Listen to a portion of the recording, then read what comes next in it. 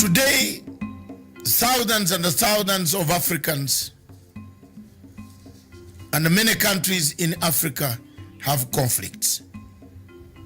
Notably, from Libya, Cameroon, Nigeria, Biafra, and the Boko Haram, to Democratic Republic of Congo, of where we have seen a resurgence of the past military and conflicts coming back in that country. Hundreds and hundreds of people have been displaced, killed, maimed, tortured, raped, several of them dying of hunger, starvation, and other natural causes. The fighting seems not to be ending. For the sake of Libya, the Libyan recognized international government is under siege in Tripoli from another faction recognized by Egypt, France, UAE, and other countries. Whereas the one in Tripoli is recognized by the UN, it has been bombarded, has been strangulated, and many millions of Libyans are dying of hunger, lack of water. The water system has been cut off. The bombardment goes on. In Democratic Republic of Congo, we've seen more of active rebel activities returning to the region after some silence has been observed. When we come to Cameroon, we see millions and millions of Amazonians slaughtered. Yet, when you come to Biafra, again, millions and hundreds of millions and millions are worried, displaced, tortured by the Buhari regime. Yet again, thank you very much. Welcome to Punchline Africa Television, the only television south of Sahara online that talks frankly, candidly, and delivers the message home. You like us or you don't like us, we are still there. We are still here because we want a better Africa, an Africa that has got all the benefits for all people of Africa. Kenya matters to us. If Kenya catches a cold, the rest of Africa catches a cold. That is why, good morning, Africa, from here in Kenya, Nairobi. Thank you very much. Good morning across the globe in the general headquarters in Nairobi. Miriam Ogutu, good morning. Edok, a very good morning to you and good morning to our viewers. Good afternoon, good evening, depending on where they are tuned in, watching us today from across the globe. Thank you very much. Across the globe, we have right in Kiambu, Nairobi, Kenya, we have Paul Onyango first. Good morning, Paul. Good morning, Daktari, the panel and the viewers at large. Thank you very much. Onyango also doubles as an economist, and he does the things the way he calculates his mathematics. Good morning. Thank you very much for joining us, Onyango. It doesn't matter wherever you are, join us. The number is on our flyer. To join is very easy. We are not the only ones who know everything. Come and give us the ideas. If you say Mr. Ruto is very good, come on the line and challenge us. Tell us what good he has done, what he's not going to do, why he has disrupted his friend's legacy. Good morning, Gladwell Kiragu. This name will never get down to me. Gladwell Kiragu, good morning. A very good morning, Shida. Good morning to you, Miriam. Good morning to my fellow panelists and to our viewers. Thank you. Where are you today? Today I'm in Nairobi. In the city, which street? Yes, I'm in CBD. Yes, you are reporting from CBD. That's what I want you to learn from today. You are reporting from CBD. You are reporting from Elengoya Marakwet. You are reporting from Homa Bay. I am also teaching people to be real correspondents here. Good morning. Good morning. Good morning, good morning, Daktari. Yes. Good morning, our viewers and our fellow panelists. And Miriam, good morning. I'm coming from Kiambu Limuru Central itself. Karibuni sana. Thank you very much, Daktari. Asante kabisa. They are aware. Today we are 2 on 2, 2 on 3. We are outgunned. So, Mr. Onyango, we must prepare our level best. I'm a neutral person, Doc, so it's balanced. It's balanced, but I'm neutral. Onyango is jumping off and on because of his internet. Don't worry, my brother. Today you have the internet. Voila. Thank you very much. Thank you. Good morning, Africa. Miriam, take us through these papers. I have seen mystery of suicide of Ruto Uhuru elite bodyguards. It is not Ruto Uhuru. It's Ruto's bodyguard who testified in the case of the 39 billion mercenary army arms. Not Uhuru. No. Hiyo hakuna. Hiyo nakataa. Leo kitu yote kushika Uhuru tunapigana na wewe. This newspaper is trash. Medium, take over another one. Very well, and let's just get into the headlines this morning. We start with the Standard newspaper. The main headline: reign of oil barons. Oil marketing firms increased exports to neighboring countries and withheld supply to the local market, plunging the country into a crisis despite the government for delaying stabilization refunds. Now rogue firms could earn billions of shillings should prices go up in tomorrow's review. The story is on page 4 and 6 on the Standard newspaper. And Atuoli leads Kotu in backing Raila's presidential bid. You'll find that on page 9. And Lenku faces 3 heavyweights in Kajiado battle. That is on page 23. And then down there, boost for Kenya Kwanza as 8 parties sign up. So that is what we have there on the Star newspaper. The main headline: mystery suicide of Ruto Uhuru elite bodyguards. Bodies of the 2 wreck squad members, regular cop found in Nairobi, Mombasa within 24 hours. The story is on page 2. Liquid gold, life becomes unbearable as fuel shortage bites countrywide. That is on page 4 and 5. And the main pictorials there is Ruto's presidential bid, now supported by 12 parties.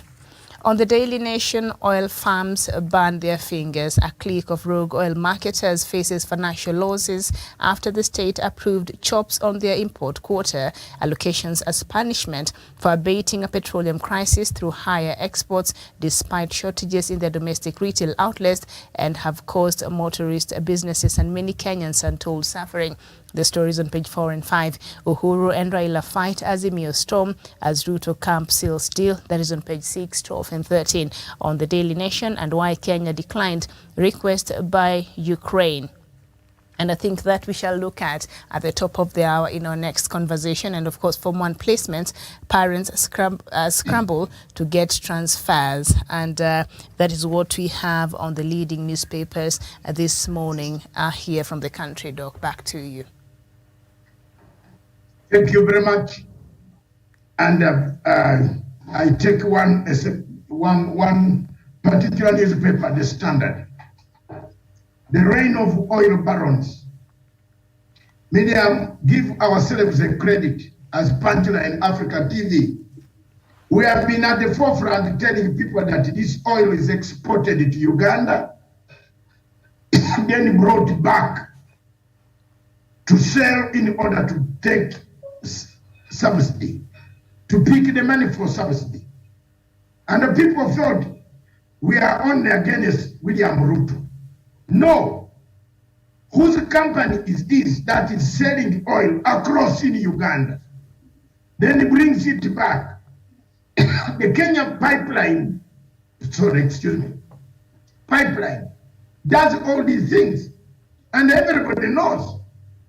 But when it comes to condemnation, today, this morning, when I arrived, in Nairobi, let me take some water. Okay. When I arrived in Nairobi this morning, I saw a jam not my making. I negotiated through myself because I drove to the studios of one of the stations and I was having a problem, not because of anything, but because of a jam created by cars going for petrol. I was very embarrassed. But one man who is telling people he's going to be the best president, now you can see for yourselves. His company exports all the Kenyan oil, and then you see Mudavadi can stand up. That's why I said Mudavadi is a bishop, can only preach to people in his religious connotation of Quakers in Vihiga, but not to preach to Kenyans. He said, why is the oil in Kenya, in Uganda, more expensive, less expensive than in Kenya? Because his master takes the oil, then brings it back. And yesterday he was querying the government, where did they take that money? Because he's earmarking that cash, Miriam. He's earmarking that cash, Miriam, under the panel. He wants that 23 billion. Unaona, apate, ndio zipate campaign. Nyenye wa Kenya mrushe mtu nje. Msimupigie kura. Huyu mtu mwizi anawaiba leo. What about kama he's in power? If Ruto is stealing today, he's even now manipulating a mafia. I wrote a story this morning. Have you ever seen the people who started the pizza that we eat? Do you know the pizza? Why I did not eat pizza for a long time, Onyango? When I arrived in Britain, so whenever you buy the pizza, especially you, Gladwell, I see you with a Roto pizza. Yeah, pana. And not Gladwell and Wazera, you are always around the Pizza Hut. You are buying mafia food. You are giving mafia more money. So, if you underrate Ruto, then you are underrating your brain. He's a very bad man of mafia. That's all I can submit on that one. On the question of mystery, suicide of Ruto, Uhuru, elite bodyguards, those who have worked in Ruto's bodyguard unit, when they go back to their original, they die. And they said, Matanga is asking as who? I'm asking as a human being, because a dead body does not ask anymore. Yes, when you are dead, do you ask anymore? Time will come when I will also go. I will die. So there will be people to ask. Yes. So when I'm here, God has given me the strength to ask Ruto, why is it that everybody who goes to court to testify against this thing has died? If Kenyans are not asking, me I'm asking. And I'm building my dossier. You know me, I'm very good at dossier. Onyango knows. Dossier, I keep. And I'm going to use it. A very good dossier. Who is killing these guys? Who is making them have a hard time? That to the extent that you have to write a note and say, I've gone. I imeenda.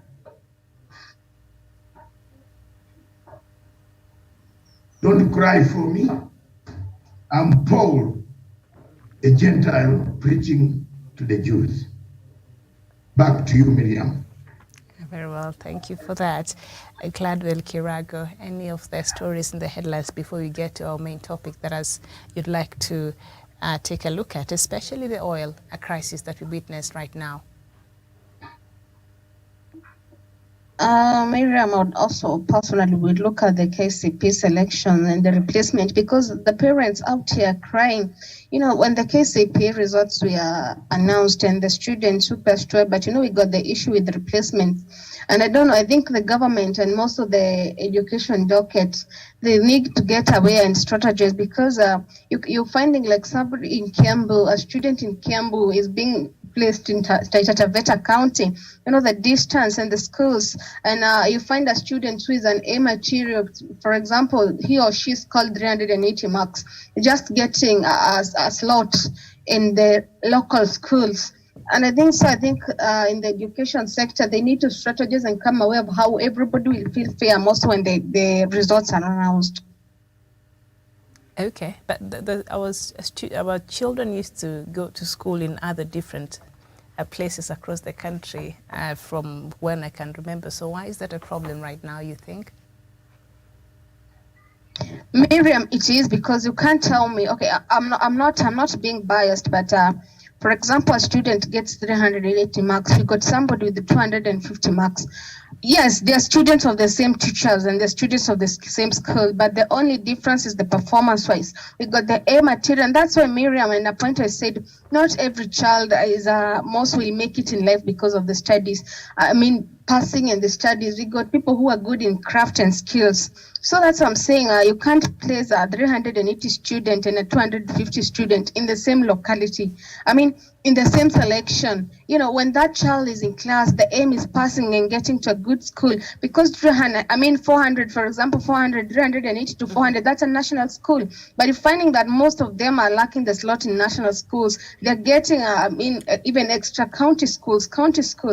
And another thing, I've got a parent who was talking to me. She told me the daughter got 386 marks, but the daughter was selected in a local school.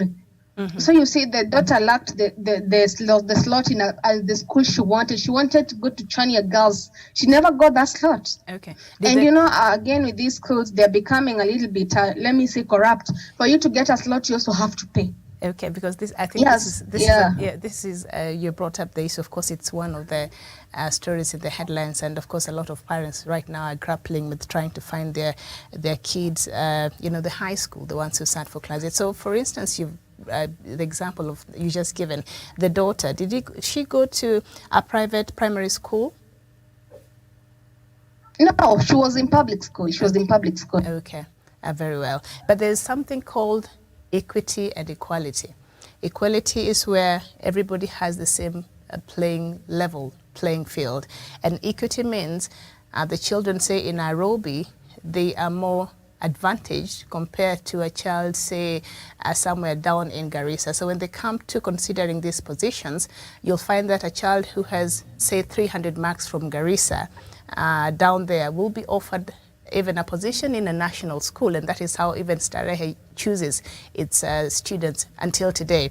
And then compared to a child, say, here in Nairobi, who perhaps the learning conditions were a bit different. So that is called equity. So there's a difference. So there's a lot of factors that comes in, when it comes to choosing and placing these schools. And I know it's not fair because last year also I was not very happy because my child sat last year and I didn't like it. But, there are factors they consider in how they place. Of course, with Magoa, things have changed a little bit. And of course, this is something that parents have to grapple with. But there are factors that they consider while placing and choosing these schools that might not sit very well with us as parents. But anyway, let me just go to you, Marlene.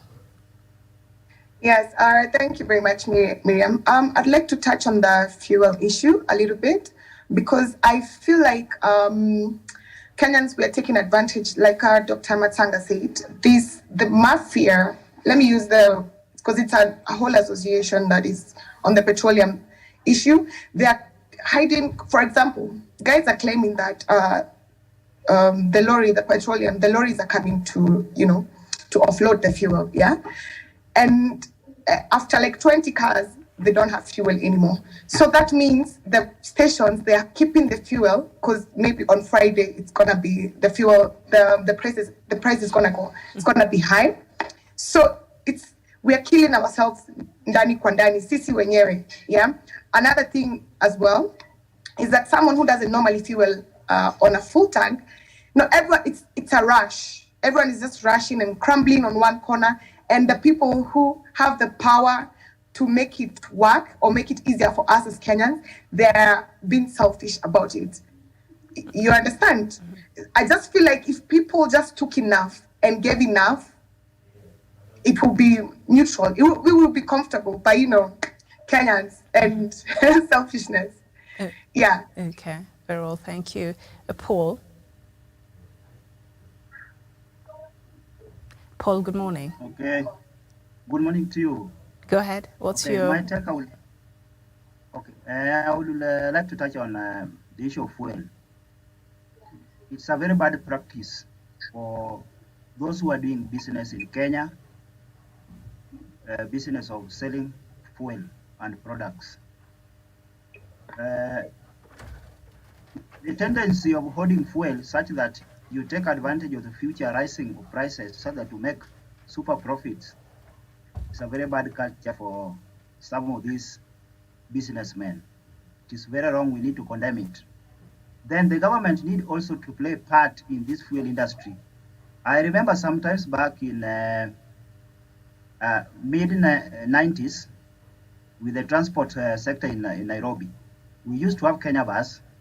Then we have the matatus. There's a time that when they were introducing the rules of, we call it TLB, Transport Licensing Board, it made a crisis in Nairobi, whereby the matatus made a proper strike. People are not able to go to work. People are just walking on their foot. We had very few vehicles for the Kenya Bus services. So the reason why this fuel issue cannot be solved very easily, if the government is just quiet or idle about it, we have the National Oil Company, which is part of the government or investment. They need also to invest countrywide, such that this issue of go slow or artificial fuel shortage that they are creating would be somehow at least be dealt with in one way or the other. So I think that is a government laxity, that they can do that. It is possible that they can do that through the National Oil Company. Mm-hmm. They can say even though we have a few of those stations across Nairobi or other parts of the country, but the government can do something about it, such that this tendency of the oil marketers doing this thing to the owners of the fuel stations, causing the artificial shortage, it's very bad. Then I would like to talk about the security guy, this man who attached to Ruto.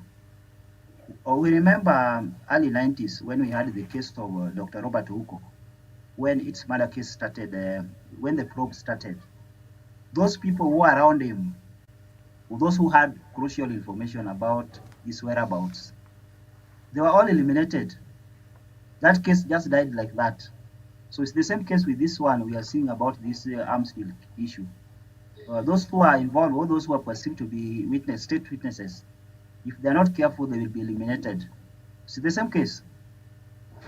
That's my take. Okay, thank you so much, Doc. Back to you.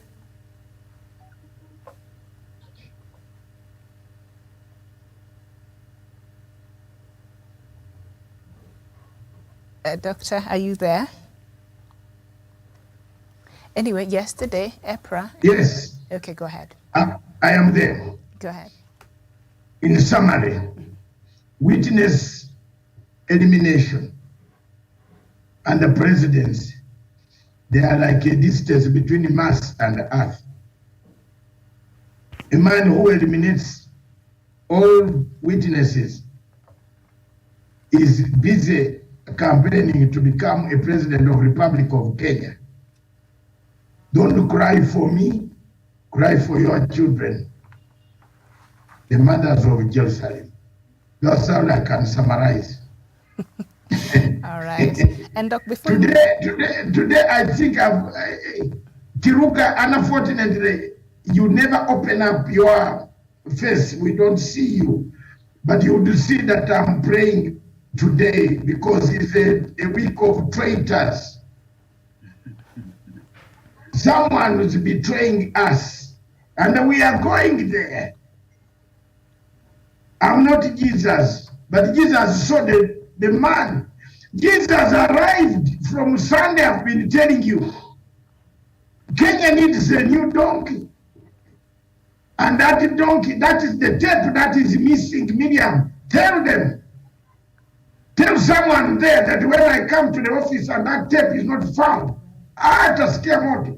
Because that tape I preached very well. And I said I've taken a takeaway. I need it. I said God needs a new, has sent Kenya, this is the chance. This is the last Easter of His Excellency President Uhuru Muigai Kenyatta. We need a donkey to arrive. Yesterday was the day that Jesus arrived in the temple and chased away thieves. Today thieves are organizing themselves in preparation against Jesus, that they are doing nomination. A bunch of thieves that I am Kachagwa from. There's some of these people, I don't know which planet they came from. I am Kachagwa.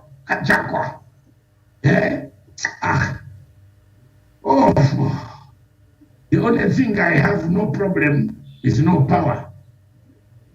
But let me tell you why Kagame has cleaned Rwanda. Did you know, you young ladies and the man? Ladies, Kagame is well liked by Bazungu. Did you know that? Marine, Miriam knows. Kagame is the darling of the Bazungu because anafinya watu. Yeah. Is it because of that, but also maybe because of the history of Rwanda and the genocide? So no, Miriam, that's escape route you are using. Because the things that happen there that I'm being honest. Accountability. No, I am being honest. How can you bring us? Musikie kwanza. How do you bring me? Miriam, imagine, which is not going to happen. You are my daughter. But if one is my wife, I go and preach a policy that bottom up is very good policy for the whole of Kenya. Then I tell my wife, when you go and study for this constituency of people called Gladwell, Kiragu, and Marini, Latana, tell them you are standing independently, that it cannot work in Kiambu where Gladwell, Kiragu is, and Marini, Katana, Latana are. But it can work in Luoland, where Onyango and Miriam comes from. That bottom up can work there. Have you seen what Mrs. Ndi did? Mrs. Ndi is standing in Kiambu as the governor of Kiambu on independent ticket because she sleeps in the same bed with Ndi. And Ndi has told him that this bottom up is the bed bottom up, not the real one. So you, when you go there, do the real thing and stand independently. And the Ruto has bought it, that bottom up. Wajinga and your sis. Are you seeing what I'm saying? Marine, are you seeing what I'm saying? Yes. That Kiragu, are you seeing what I'm saying? Onyango. Yes. Omera, are you seeing what I'm saying? You people there in Nyanza, you are told you must have bottom up. Miriam, then the others here are told bottom up is not very good. So when you go to Kiambu to get the seat, don't use this bottom up. This bottom up is for those guys in Western. It's just the politics. Headache of choices is where we are going. Miriam was saying suppress my ID and I ran to. Let me tell you, Kagame is the best boy, the blue boy in Africa, because he removes some enzymes. I can end there. I don't want to say more than that. There are people, you tell me, how many people have disappeared? Have you seen Kagame being put on sanction list? No, there are very many. No, you tell me. Nakuuliza Miriam. There are certain names in Africa that I don't want to use my mouth to speak. Or my tongue. I mean, please. And the Miriam, you are saying because of the past. No, it's not the past. The leader is very strict. Yeah, extremely. And even when he comes to Kenya, he spends 1 minute on a microphone. Hara, 1 minute on the microphone. My own president spent time even greeting me only. Did you notice that he was greeting me? I don't know why you don't appreciate me. You people don't appreciate me, but Museveni appreciates me. Murembe. Hey, Murembe is greeting me. Miriam, it is he was greeting me. Why didn't he speak Iteso? Or Luo? Or Karamojong? Tukana? He spoke Lugisu. Because there's leadership somewhere here. Yenye mnakaa. Murembe Matanga. Yes. He was greeting me. That's my language. But this guy did not spend much time. What? In fact, Kagame did not finish 1 minute. It was 1 minute and 27 seconds. And he was there, he said, we make a lot of speeches. And but boss, the Bazungu like Kagame because Kagame doesn't take any nonsense. Here we have taken a lot of shit. Sorry, Miriam, a lot of shit from Ruto. Too much. He stole the money from you. Then all the younger men on social media saying, we like our fifth. We like our fifth. We like our fifth. We like our fifth. We like our fifth. And tomorrow, whom do I release on Friday, on tomorrow, Thursday evening? Release Barabbas and crucify Matanga. I'm not Jesus, but the scenario I'm setting 2,000 years ago is here. Matanga. Even somebody has gone to the extent of saying home as if I lack a home. I have a home, Miriam. Maybe I'll take a video and take you a study through my home and my compound yapo. Oh, mzuri sana. Naishi na wazungu huko. Tena bado iba pesa kununua. Ruto aliiba kununua Sugoi. Mimi bado iba pesa moja. So when you talk home, I go home. One day you might also go away. Doc, when you say bado in Kiswahili, that means not yet, but I might. So that's same as sijaiba. Oh! I'm sorry, Miriam. I have never stolen. No, yes, I have never stolen. My Swahili, thank you very much. When you say bado, like, I might, but for right now, not yet. No, I will not steal. Because at 67, if I did not steal at 40, I am going home. Kiragu is the one who does not teach me in this Swahili. She's always speaking to me in English. That's why I have this problem. Tutaongea Kiswahili sasa. You see? Every time she calls me, ako na Kiingereza kali sana. But Miriam, the best thing, let's come back to the topic. Rwanda is the most liked country. the leader is the most liked. You see now he has gone to Congo Brazzaville. He's living there today. Another East African state has arrived. Did you know that? Call me very genius. Why are you keeping quiet? Congo Brazzaville is joining East Africa. The application arrived yesterday. I am genius. Rwanda is my, yes. Congo Brazzaville. We got Congo. I saw Museveni visiting and Tshisekedi some few weeks ago. That is DRC Congo. But there was a meeting between the Tshisekedi and Museveni and Sudia with the Kagame some few weeks ago.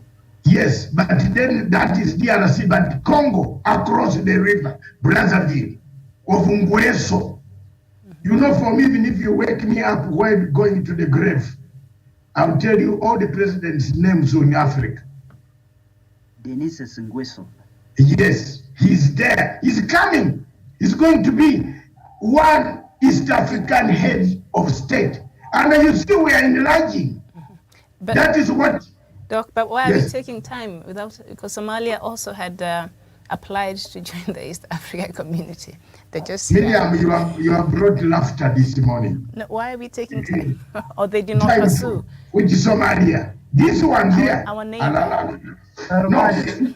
If had this one applied the if same they time. enter, They had applied the same time with the DRC. So maybe, I don't know if they stopped pursuing that, or I don't know what happened. Do you know what happened? Because they also had applied to Yes. the East African community. let me leave space for some other people to talk, but before I leave, let me ask you, these ones, if they enter, I go out.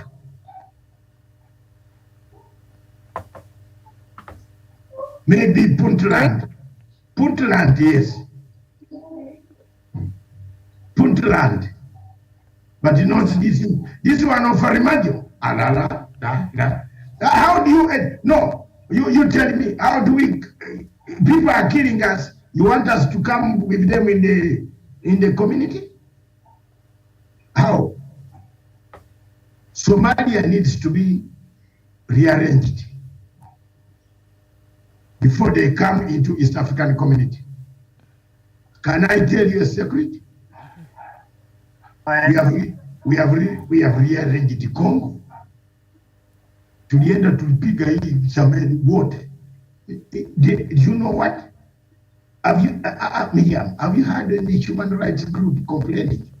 No, but you know, the killings have continued. Like yesterday, I had a news item from the DRC. The situation is getting worse, despite Yes, but you know, our soldiers being there. It was, yeah. but they are punching them. They will have no space where to go. And you know, Doc, just you brought up the issue of President Kagame not speaking so much, because there are so many issues even coming to that meeting that were underlying. You know, just before that, a couple of days ago, Rwanda was accused to be supporting the M23 rebels, the Rwandan army. So maybe he just, there's a lot of other underlying factors there. I don't know if that is why, but... No, yeah, you know why he didn't speak too much? But Kagame doesn't speak much anyways in No, forums. Kagame is I was with Kagame in a training camp, so I know him. He's not a joke. He's a quiet guy, but when you touch his shoes or his socks, if they are missing, you have a problem. And he's a straight shooter. He doesn't... Yes, he's like me. Have you seen him complain about me? We are friends. Yes. When he came here in 2008, we met when we were coming here, when we were doing the LRP talks, he gave me 1,800 pounds that you're a refugee, go and pay your rent wherever you are going, please, and the children to study. I was very happy. He stopped. When Kagame sees me, he stops in those meetings. He says, how are you, my brother? Why? If they don't want you there, come home. I say, which one? I say, let's go home. But But the point here is this, Miriam, why we are debating on this issue of discipline, why Ruto is misbehaving, is the lack of tampering democracy with some discipline. Ruto is forgetting. Unfortunately, he will not be the president because he will not win the vote. Raila will march him down kabisa. In fact, by saa 10 hapo, Matanga will be announcing his thing from Arusha. I've already prepared the tallying center.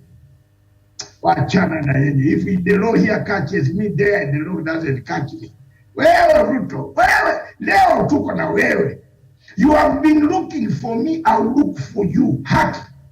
Na mimi kwa huyu kwa Raila tutakuwa na tallying center. Wewe wacha. Wacha tuone. Yetu tutakuwa on Indian Ocean. Wewe leo tuone wewe. You think you are very clever. Now why? You can arrange those things, eat the money. But tuko na wewe.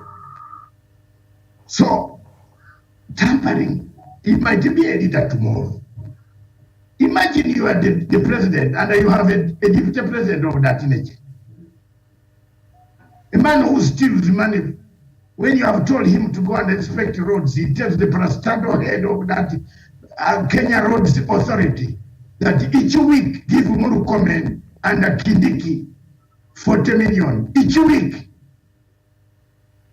Have you seen how the man was making money? A man who came to the State House and singled out Matanga, knew Nancy, let them not come here. We were hated. We were hated. Some of us took a back seat. Like this, listen, like this. Have you seen? They said that they should not appear there. Even me who struggled, I have never even had a tea because of Ruto. Yes, wacha niambie hiki leo Miriam usikie. I'm patriotic because the leader is a very good man. But Ruto came and said, this man, this one, that woman, this one, they should not be here if they are in this government. I will go away. You see, he was sending us away in order to steal. Now he has stolen, then he comes around. If you ask Ruto why he hates Matsanga, he can't tell you why. The things that he's doing are the things that I'm doing. I talk. He insults people. But I don't insult you without reason.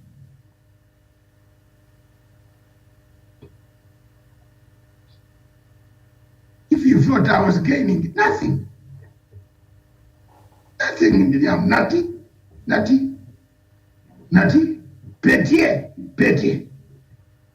Hakuna. Unaona hiyo? He prevented us from there and then he started looting. Because every time we are complaining and saying, look here, he said, oh, this will spoil my party. You see, he lied to the president. The one thing that has annoyed me, Miriam, as I conclude, and allow others to make their own final, submission on this topic, is this. Disrespect of the current president and dismembering of his legacy is what has annoyed me. The rest, he can steal the money because they will get it through the children. If you touch that is bad money, they will also go like that. Where are Idi Amin's children now? Can I leave you with that query? Miriam, ask me, where are they? Where are Obote's children? Ask me.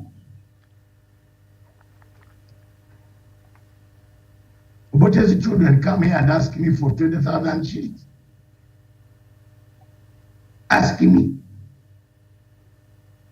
It is you Kenyans, you have not seen life yet.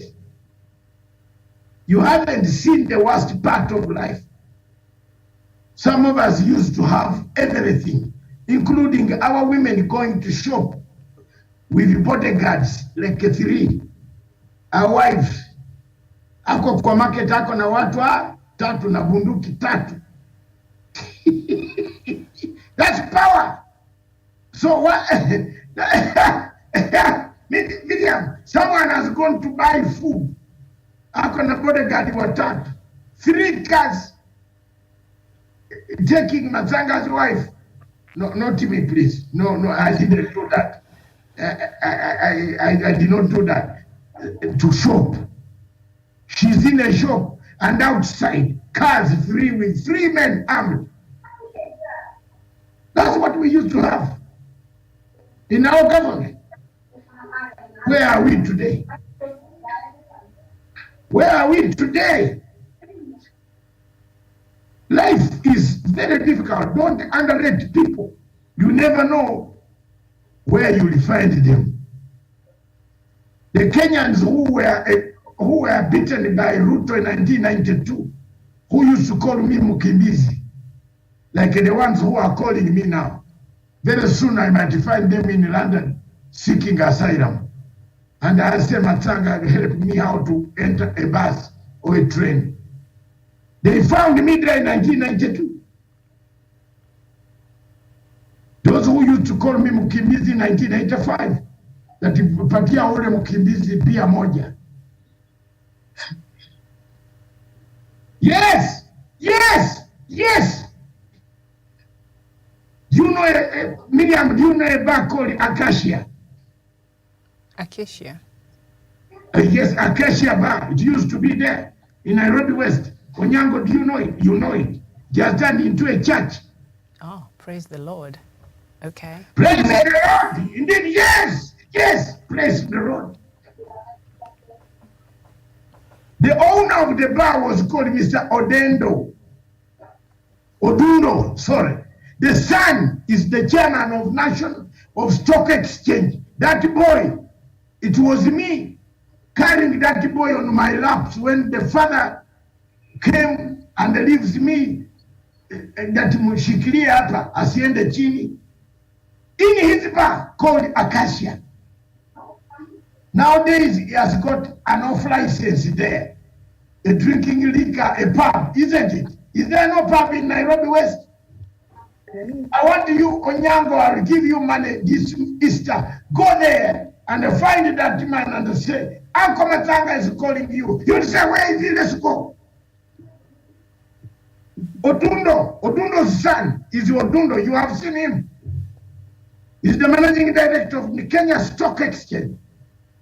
When he finds me everywhere, he gives me 50,000 shillings. I swear in the name of God. So at times I avoid those streets where we can meet. That's very good. Can Ruto give you? But this is the boy that I was holding on the laps. Good. These are things that Kenya should learn. That's why you see Rwanda has improved. They have tempered democracy, some strict discipline in democracy. Next topic, Miriam, will be this democracy without discipline is like a salt without saltless. It's like a salt which is saltless. Discuss. No, I'm a teacher. I've brought another topic. Kiragu challenge me there. Democracy without discipline is saltless. Omunyo becomes saltless. It's no longer salt. If the salt is saltless, then it is not salt. So temper it with discipline. Kenya's democracy is very good, but there's no discipline. That's why people insulted the president. That's the point I'm trying to make. those who insult Museveni across go to the toilet. But here we insult Uhuru Kenyatta stand on Facebook. Why is he taking Okorie, Olanya's father, to police? You ask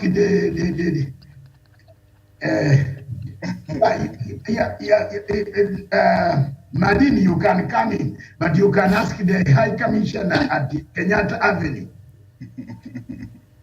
I'm not the spokesman, you know, and the other representative of mine on that topic.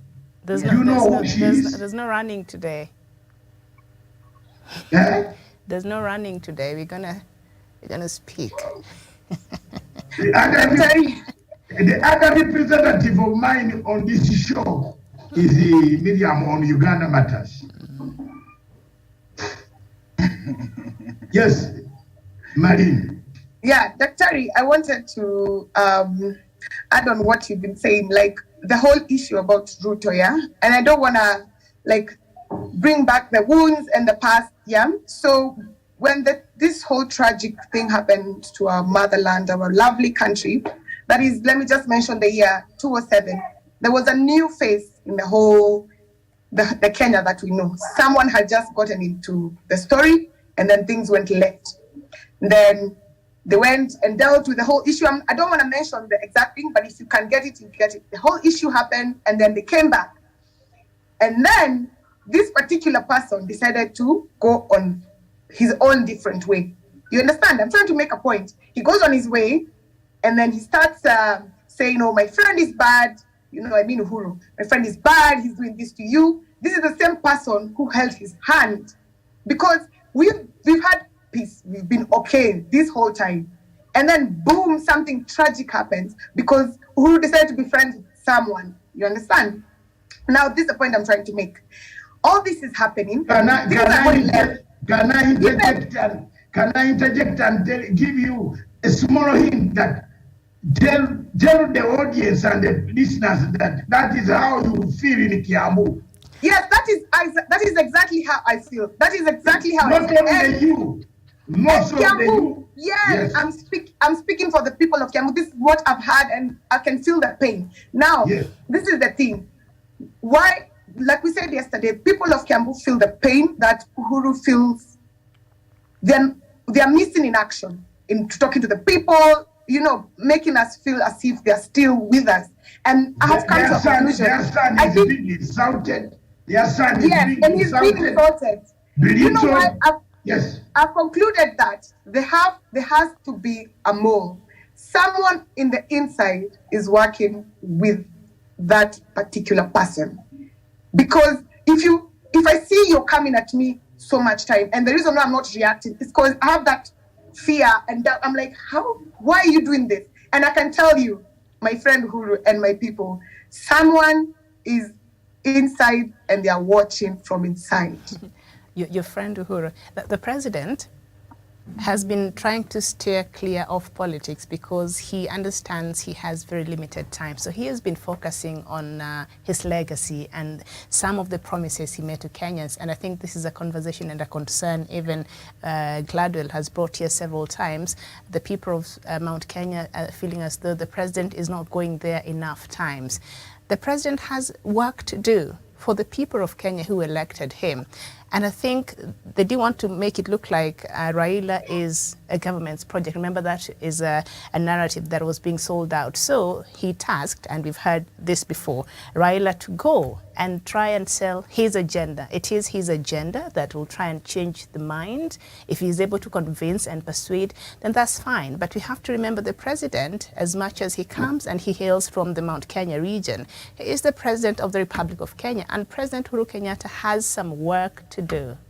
So if he indulges so much in not politics, the president. he might lose. Raila, that's who we are standing with right now. We want him to, and Uhuru should push him and tell him it's okay. And I understand. So if the president indulges so much in this politics, then he might lose sight of the things that he wants to achieve, and he does not have, a lot of time. So maybe the people from Mount Kenya should just extend some grace to the president and let Raila come there and sell his manifesto and persuade the people from Mount Kenya. And I think that will be the right thing. If he's able to, they're able to buy into his manifesto, his ideals, I think that will be a good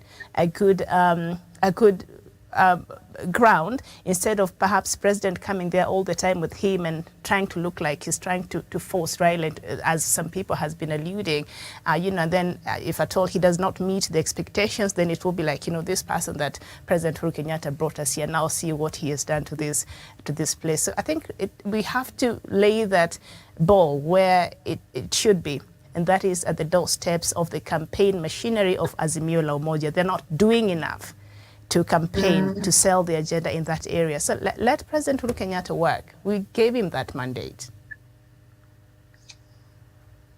Yes, I agree. He gave the mandate. Put on the sports complex. He's opening it now. Yeah, he's working. What time does he have to? Can you please put on the sports complex in Langata, near Ngei 1 Estate, where I used to live in 1985? House number 246. Hey, and that's number 15, route number 15, where I used to walk to town. It's there. He's opening it now. For KDF, it's a big complex, well done with everything inside. And that's what we want to see your president doing. He's working. I'm happy. He is. I'm very happy. I'm happy with my friend. We shall finish and hand you over Raila Amolo Odinga to continue with this project. Otherwise, if you hand this fifth, we shall be going to eat Pizza Hut in the mafia houses of New York. And in the meantime, let Raila Amolo Odinga go sell his manifesto there in Mount Kenya. Exactly. Yeah. Today, Miriam, you didn't hear me. Did you hear me this morning? Oh! I just heard you. Millions are congratulating me. I said, Makau Mutua, get out. They must change the strategy. Did you hear me? They must change. I don't care a damn. What can Makau Mutua do to me? He studied the same books I studied. What? They can get out and go and sit with Raila in the home. You don't. Yeah, you cannot do a PR like that. You are confusing us. Yeah. Why don't you tell people what you are signing? No, Medium. Why don't you tell people that we are going to add here other parties? You hold a press conference, then you reach the office, then turn at what type of game is this? Are these people frustrating us? Raila needs to walk and go in the mountain. Whether they give us 40,000 votes, final. But he would have sold that. But and thank you, Doc, for bringing this issue, because it's important we look at it, the issue of Wiper leader, and the reason why he finds a need to come out in public when he feels there's a disagreement or something that he does not understand, or he feels something was changed, and why he could not engage the leadership in Azimio and other parties the same way they engaged and agreed to work together without coming to us. That is something they did behind us. So if he feels that he is slighted in a way, or he feels something is not sitting right, then he should be able to do that behind closed doors. So for him to have been coming like this shows that perhaps he had another agenda, perhaps the other underlying matters, and not just the fact that maybe some things were changed and he did not know. Otherwise, he would have pursued that, I think, behind the door. So yesterday they met, and the party leaders at crisis talks to end wrangling in the coalition on whose ticket Mr. Raila Odinga will contest. So the Azimio la Umoja One Kenya Alliance party meeting yesterday, the Secretariat's Executive Director, Raphael Tuju, reportedly delivered the message from the president. And now, I think when I was watching the news, they said now there will be no more public utterances if you feel disgruntled. There are proper channels to use as members of that coalition, and that is how it should be. So I hope that will quell. If you're having issues, discuss it, solve it. But when you come to public like that and you're complaining and all that, as much as your issues could be legitimate, it appears as though there are other matters outside of perhaps what is the actual problem. Yeah, true. True. When things are never straight, you can't help and ask yourself, something must be cooking behind Yeah, the what we same way can they had see. secret talks and they agreed, the same way if something is wrong, go and talk if you mean well. But if you have to always find a need to expose these things, then there's an agenda in there. Yeah. Yeah, like Daktari said, they're confusing us and we can't help and feel frustrated, you know, like the times we're in right now, we're not comfortable per se. We don't need this confusion. And I hope, let's see how it goes. Okay. These elections are really confusing. Okay, Gladwell has been quiet. Gladwell, do you have anything to add to that, even as we come to a close, as we prepare for the next show? Miriam, Doc, our country, I'll just describe our country in two ways. We are having a betrayal in the city and a country that things fall apart. They did fall apart a long time ago. And all these are attributed by the deputy president who's going against his master's back. And kindly don't, the people who are watching us, don't misquote me. The handshake wasn't a betrayal. That was a symbol of unity to the Kenyans. But who are we, the fellow Kenyans? We are the ungrateful people and we don't see ahead. We don't see beyond our nose and we don't know what our future holds. When a snake bites, Miriam, you can't place your ankle when it's passing for you to bite you again because you already know the pain. This is our Kenyans. We've been beat twice, but we're still placing our ankle. And again, on the issue of people getting killed and the misery deaths, when Chris Msando died, the case went a little bit weird and the case just disappeared into the thick air. What you just know that Chris Msando died and it was mysterious. My question is, how long are we Kenyans going to suffer? Doc, I know you met a book written by Ngugi Thiong'o, Secret Lives, before it went out of stock. That is 1975. And when you read that book, that defines Kenyans now because the secret lives, but the people who are holding the secret, they are being eliminated day in, day out. My fellow Kenyans, I think we need to see beyond. We need to have that unity because we can't just let one rotten potato in a bag of 100 more potatoes. That one rotten potato can make the whole potatoes to be thrown out. That is the situation in Kenya. Because of one person who is misleading us, our country is falling apart. And I wish everybody, can we have the peace we want? We need a peaceful election if it's going to happen. And again, with the IEBC, if the elections are going to happen, can we have the transparency? Yes, we need a transparent election, an election that will not bring chaos. And if the election brings chaos, I personally blame the IEBC because it is something they could have stopped. I submit. Okay, Paul. Paul. Yes, my take is this. Sometimes back, the late Bishop Korir, when there was that negotiation of restoration of peace after 2007, 2008 post-election violence, Bishop Korir said one thing to the political community in this country. There should be sanity. There should be a change of the way the politics is being played in this country. And this note is not only to Kenya, it cuts across the African continent. When you look at the way especially those who are in the executive arm of government, the way they handle politics and those who are outside government, the way they react to the kind of the politics of the day makes it more abrasive, more competitive, because people want to compete for resources. These resources people compete because there's corruption, people steal. They want good life, and this cannot accommodate everybody. The resources are very few, but all of us need to survive. So when you look at countries in Caribbean, the Black African Caribbean countries like Jamaica or Trinidad and Tobago, compare the way they handle their politics, compare the way they manage their economy with the African countries. There's a very serious difference. And our nations in Africa, this thing we call integrity and accountability is very, very important. It will make us to know where the balance at which we should fail. So that is my take for the African countries. Thank you. Very well. Back to you, Doc. End it for us.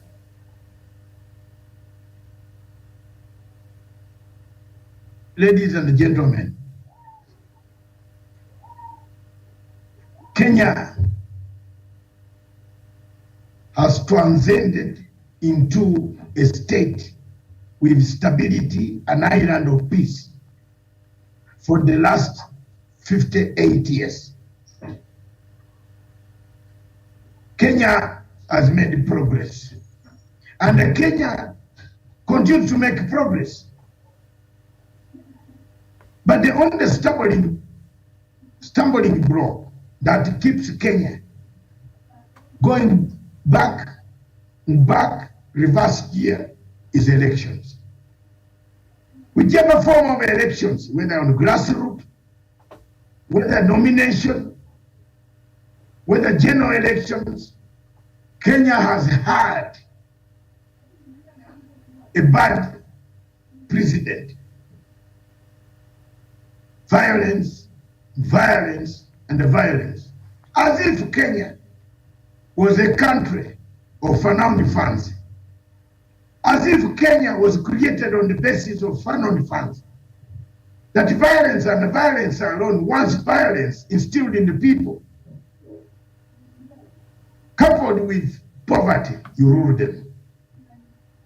The theory of Deputy President William Ruto of bottom up adds the agony to already people who are anguished. Because the money comes from the top to the bottom, not from the bottom to the top. You are changing the dynamics of economics, but you are not changing the dynamics of the results. What are the results of bottom up as compared to bottom down? Who are the people going to purchase the commodities that the bottom up will make? There must be capital. Where is the capital? Where does it come from? It doesn't come from the bottom down. Therefore, it is the policy that trickles down, not the policy that trickles up. It is from up, the trickle of money, resources, capital injected into systems that make Kenya a vibrant, peaceful nation. But once you tilt that and make a socialist, communist type of movement of saying the people themselves, you are now taking us, eroding the 59 years or the 58 years of independence of Kenya. If you erode that independence without giving a proper definition of the destiny, Kenya will not be the same. Therefore, Uhuru Muigai Kenyatta has a point that he cannot leave Kenya in hands of unsafe mafia who created Pizza Hut in New York. He will leave it in the hands of Raila Amolo Odinga, who can carry on with the liberation of Kenya from the top to bottom, with the classic, a welfare state, which is hinged on books, not hinged on imagination. Bottom up is hinged on imagination. You are imagining that everybody in Kenya will grow avocados. Yet we don't eat them. There are some tribes in Kenya that don't eat avocado at all. When they look at it, it is ripe It looks very bad. Therefore, a mixed economy does not need a bottom-up policy. It needs a trickle-down policy of devolution by giving people money, developing them, encountering difficulties, remove obstacles, challenges which Kenya faces. In a nutshell, I conclude, Kenya faces structural challenges that need to be removed. Once you remove those structural challenges, ladies and gentlemen, this nation will grow, and the generations to come will enjoy. Thank you. I submit. Oh. Miriam, why are you looking the other side? Thank you very much, sir. Onyango, thank you. I hope I've done something. Kirango, where are you? Kiswahili yako iko wapi leo? Kiswahili yangu ipo. Yeah, thank you, Miriam, for correcting me of that Swahili. Bado yeah. It's very bad. That means I'm about to steal. Let's sign out, but don't go too far. We shall be back with another show. Yes.